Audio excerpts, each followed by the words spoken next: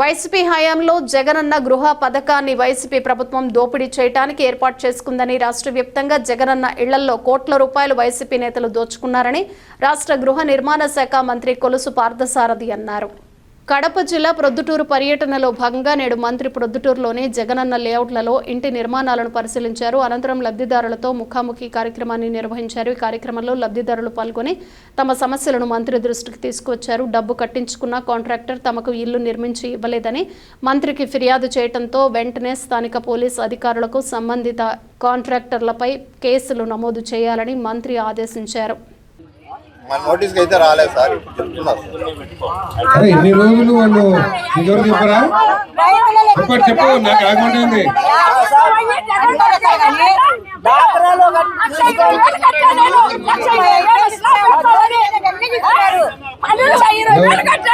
ఎవరికి సచివాలయంలో ఎట్లున్నారు?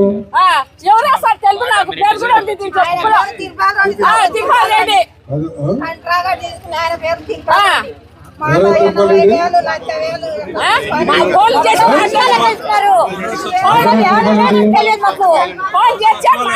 మాట్లాడాడు ఎక్కడ తిరుపతి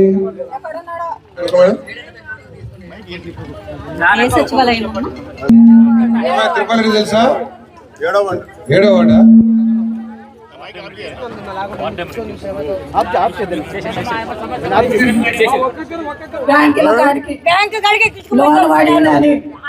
డాక్రాలో తీసుకోమన్నా కూడా మాతో వసూలు చేపించి మాతో ఇప్పించినారు.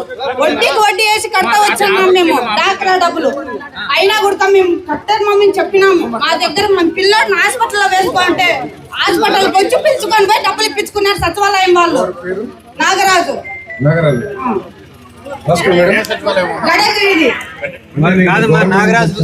గవర్నమెంట్ నుండి వచ్చినది 35,000 రూపాయలు డాక్టర్లు ఇప్పించినారు.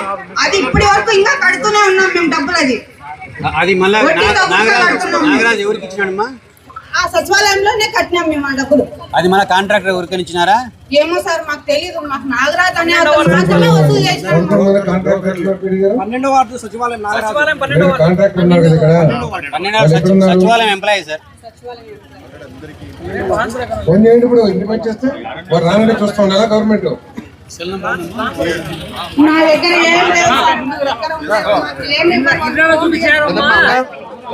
మీరంతా కలిసి ఇది చేస్తారు. పిలిపించా ఇప్పుడు కాంట్రాక్టర్ అందరూ పిలిపించు. కాంట్రాక్టర్ రాకుండా ఎవరితో మాట్లాడతావు? నువ్వు బాధ్యత తీసుకుంటావా? రాకపోతే పోలీసులు పంపించు. నాగరాలు నాకు భర్త లేడు సార్. భర్త చనిపోయాడు. నాకు 2 చిన్న పిల్లలు ఉన్నారు. 35,000 నాగరాలు తీసుకొని నేను కట్టాను అమౌంట్. ఇప్పటికేమో కట్టానే మళ్ళీ 47,000 పడింది. నాగార్జున అనే సార్ ఆయన ఫోన్ చేసి డబ్బులు ఇవ్వండి. నాగార్జున అంటే ఆయన కూడా సచివాలయమా? 11వ వార్డు సచివాలయం సార్. తిరుపాల్ రెడ్డి, నాగరాజు, గుణశేఖర్, జాకీర్ వీళ్ళందరూ కూడా వీళ్ళ దగ్గర డబ్బులు తీసుకుని వెళ్ళిపోయారు. వెళ్ళిపోయి సమాధానం కూడా చెప్పట్లా. అట్లాగే 11 మంది కాంట్రాక్టర్లు ఉన్నారు. 11 మంది కాంట్రాక్టర్లు కూడా కంప్లీట్ పొజిషన్ చూశారు కదా. కాబట్టి కేసులు కూడా పెట్టారు. రాక్రీట్ అనే సంస్థ మీద కేసు కూడా పెట్టారు. ఇప్పటిదాకా చేయలేదు. మా రిక్వెస్ట్ ఏంటంటే ఆ పేర్లు ఇప్పుడైతే పబ్లిక్గా చెప్పారు కాబట్టి వాళ్ళందరినీ మీరు కానిస్టేబుల్ పంపించి పిలిపిస్తారో they must be brought to us. ఎందుకంటే డిపార్ట్మెంట్ ఉంటుంది, మీరు ఉంటారు, వాళ్ళు ఉంటారు. అసలు ఏంటి మీరు తీసుకున్నారా లేదా, తీసుకుంటే ఎందుకు కడతలేదు మాకు సమాధానం చెప్పాలి. హౌసింగ్ డిపార్ట్మెంట్ ఎఫ్ఐఆర్ రిజిస్టర్ చేయాలి. ఓకే, వాళ్ళని పిలిపించండి. డీటెయిల్స్ తీసుకుని సెండ్ సమ్ కానిస్టేబుల్స్. ఎందుకంటే there has to be 2 years అయింది వాళ్ళకి. ఇప్పుడు దాకా మేము ఏమి ఇచ్చామంటే చిన్న చిన్న తప్పులు జరిగినా ముఖ్యమంత్రి గారి పెద్ద మనసుతో సరే దాన్ని సరి చేస్తామని చెప్పేసి రిప్రజెంటేషన్ ఇచ్చారు అధికారులు. అంటే వర్క్ ఇన్స్పెక్టర్ వాళ్ళు కాంట్రాక్ట్లో కూడా సరి చేస్తాం సార్ అన్నారు. కొంత టైం ఇచ్చాం.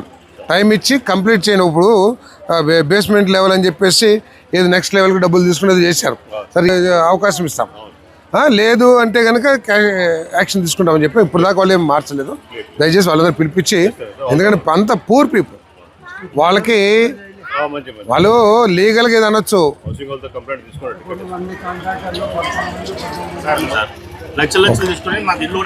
కొద్దిగా మీరు దీని మీద దృష్టి పెట్టాలి sir. It's a big this thing. Please madam, you must get all those people even by sending the police. వాళ్ళ ఇళ్ళకి పోలీస్ పంపిస్తారా, లేకపోతే ఆ అధికారులు ఏదో పేర్లు చెప్పారు కదా, వెళ్ళి పంపించి I will be in the guest house, I want all of them. Involvement ఉందా లేకపోతే ఏంటో నాకు తెలియదు, కానీ నేనైతే చెప్పాను అంటున్నాడు అందరికీ. వాళ్ళు రావట్లా అంటే మొఖం చాటేశారు. It is the amounts to దొంగతనం. ఆల్రెడీ ఇంత ముందు కేసులు ఎవరి పేరు మీద పెట్టారా?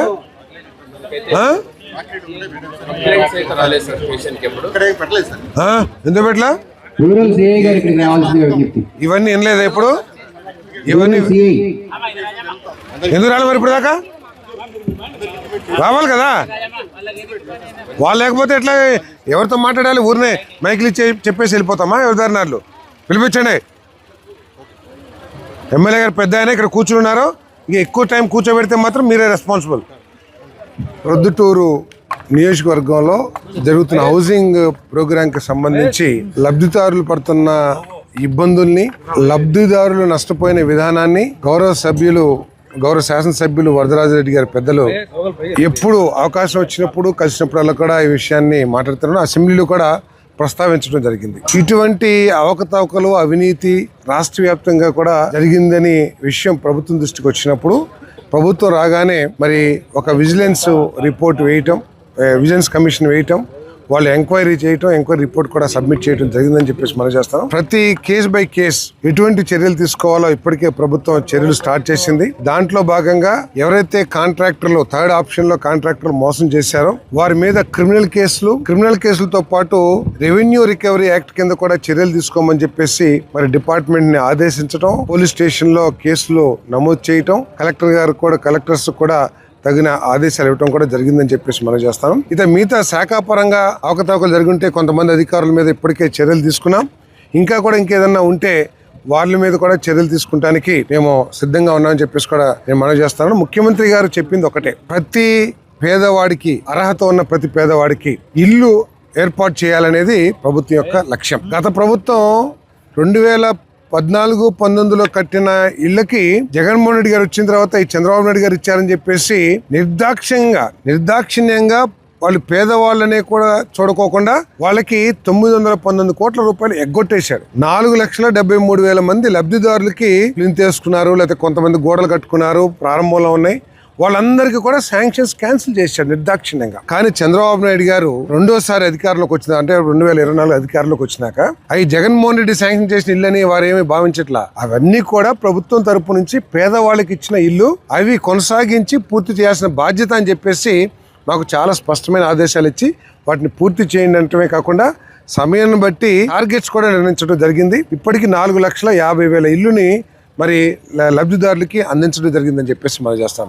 జగన్మోహన్ రెడ్డి గారు, వైఎస్ఆర్సీపీ ప్రభుత్వం చంద్రబాబు నాయుడు గారు ఇచ్చేందనే ఒకే ఒక కారణంతో దాదాపు 8 లక్షల మందికి వెన్నుపోటు పొడిస్తే, చంద్రబాబు నాయుడు గారు మాత్రం అది జగన్మోహన్ రెడ్డి ఇచ్చినా ఎవరిచ్చినా మనకి సంబంధం లేదు, ప్రభుత్వం పేదవాళ్ళకి ఇచ్చింది, ఎస్సీ ఎస్టీ బీసీ మైనార్టీలు అందరూ పేదవాళ్ళు ఉన్నారని చెప్పేసి additional financial assistance SC BC మైనార్టీలకి 50,000, అదేవిధంగా ఎస్టీలు అయితే ఎస్టీకి 75,000, పీజీటీవీస్ అని వాళ్ళకి ₹1,00,000 అదనంగా యూనిట్ కాస్ట్ కంటే ఇచ్చారు. అది మరి చంద్రబాబు నాయుడు గారి యొక్క పరిపాలన చెప్పేసి మనం చేస్తాం.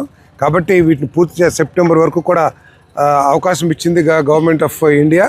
ఎందుకంటే దీంట్లో మ్యాక్సిమం గవర్నమెంట్, అందులో జగన్మోహన్ రెడ్డి గారు తెలివిగా ₹1 కూడా రాష్ట్ర ప్రభుత్వం నుంచి పెట్టుకోకుండా మొత్తం కేంద్ర ప్రభుత్వ నిధులతోనే ఈ కార్యక్రమాన్ని, హౌసింగ్ కార్యక్రమాన్ని కొనసాగించడం జరిగింది. మరి చంద్రబాబు నాయుడు గారు అధికారంలో ఉన్నప్పుడు 100% రాష్ట్ర ప్రభుత్వంతో ఎన్టీఆర్ హౌసింగ్ చేశారు. సో ఇది తేడా ప్రజలందరూ కూడా గమనించాల్సిన అవసరం ఉంది. సో దీన్ని పూర్తి చేయడానికి మరి పెద్దలు గౌరవ శాసనసభ్యులు వరదరాజరెడ్డి గారితో సంప్రదించి వారి సూచనలు కూడా తీసుకుని డిపార్ట్మెంట్తో చర్చించి పూర్తి చేయడానికి ప్రయత్నం చేస్తాం. వారు కనుక లబ్ధిదారులు ఇక్కడికి వచ్చి నివాసం ఉన్న తర్వాత వారికి కావాల్సిన మౌలిక సదుపాయాలు కూడా ఏర్పాటు చేస్తానికి ప్రయత్నం చేస్తాను.